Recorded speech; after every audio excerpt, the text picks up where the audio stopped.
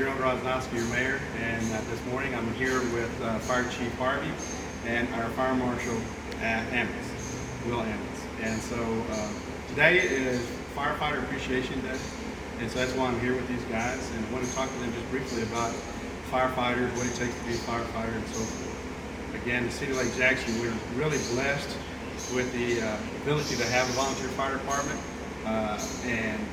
It takes a lot of dedication from our citizens and people in the community to be firefighters and to provide this service to our community. One thing I take great pride of whenever I talk to other mayors in other cities is the opportunity, especially whenever city services come up, to be able to say that Lake Jackson still has the ability to have a volunteer fire department. And again, it just shows how committed our community is into helping the neighbor out. So again, Chief Harvey, we can talk about a little bit about what it takes to be a firefighter. Good morning, Mayor. Thanks for having us on today. So obviously we're a volunteer fire department. So we have people that are joining our rank and file doing all kinds of different level tasks. Basically what we start off with is an introduction. We have a 6-month probationary period and we introduce you to the fire service. We get you incorporated into wearing gear. Sometimes people have not put an air mask on their face, so it's constricted vision, etc. So it makes them nervous. We get everybody through this process. As we work through this process, we start to integrate different components of it. We're standing here in front of our new 2021 Pierce fire pumper that the council and the city has bought us. This is one of the training factors. We go through step by step how to operate it, the tools that are on it, how you use them at a fire scene and deal with the responsible or appropriate emergencies. In our gear, it requires some physical endurance and training because you're getting upwards of about 165 to 170 pounds with full turnouts, helmets, self-contained breathing apparatus, that mask I talked about earlier, so it does require a little bit of physical exertion. Emotionally, this may not necessarily be something that you're ready for, so we have to take every instance by its occurrence and get you adapted to where we're going. Seeing a typical little campfire, that's normal. Seeing something in somebody's house on fire, that may have different effects. So these are all the strategies that we try to work through and get you trained up to by experience, historical data, and what we do moving forward. So we do deal with a bunch of different aspects of it. It's not just fires, it's fire alarms, it's marine rescues using the airboat that we have. We have a 105-foot aerial truck, so think about how high that is compared to what the size of your house is. Typically, you're at about a 4-story building, so anything that's commercialized. Are you afraid of heights? That's okay. We've still got other jobs for you to keep your feet on the ground. So there's a whole bunch of different opportunities and options that we can ask of you if you want to come join our team. That's great. Thanks for that explanation and stuff. And yeah, it's I know back in when I worked in the plants and stuff like that, we had to be trained on using SCBAs and stuff like that. Mm-hmm. And there's just some people that once they put their mask on, they just can't. It's claustrophobia or whatever. They just can't handle it. And next thing you know is they're within, I think SCBA that tank should last about 30 minutes or so, and they're sucking it down in a matter of no time because they're just breathing so hard and you just can't. And so again, just like you said, is that there's other jobs in the fire department that people can do as long as they meet the requirements. Absolutely. We have a job for you.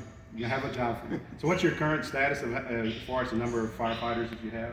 So we just had 2 recruiting drives here in the last 2 farmers markets, and we were able to recruit about 7 people. That's good. We have 2 more waiting in the wings because we have a waiting period for when you move in, about 90 days of residency, so we need to see some of that proof, and so we have 2 more possible applicants. So we have a whole different mixture of experience.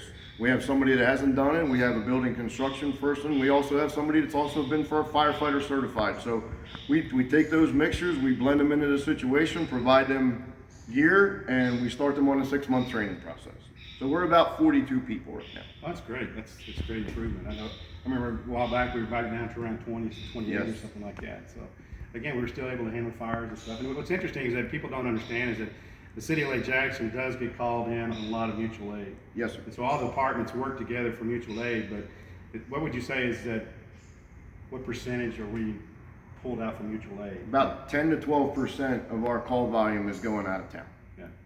And I know you've talked to me also is that again you talked about responding to fire alarms and stuff, and we looked at the data last night, and I didn't mention it during council meeting, but when you start looking at the fire alarms and the number of false alarms and cancel calls. Because every time there's a fire alarm at somebody's home or business or whatever, you guys have to activate.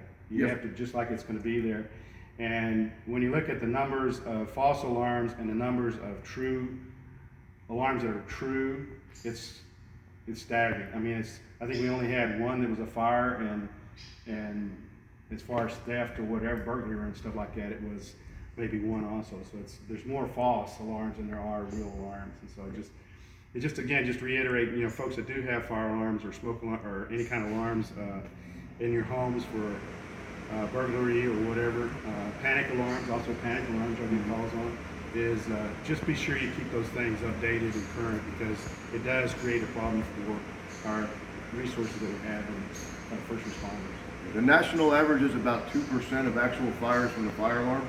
So the other ones are provided as training opportunities. While it may sound like it's a mundane or low-level response, we take those opportunities to improve ourselves and not just our response capabilities, but we also do size ups. Right. If you see us do a 360 around your place of business, or we kind of walk around the side of your house to get an idea, these are all opportunities based on our training and exploring that data that we can use in the sense of a real emergency, that we take those opportunities for.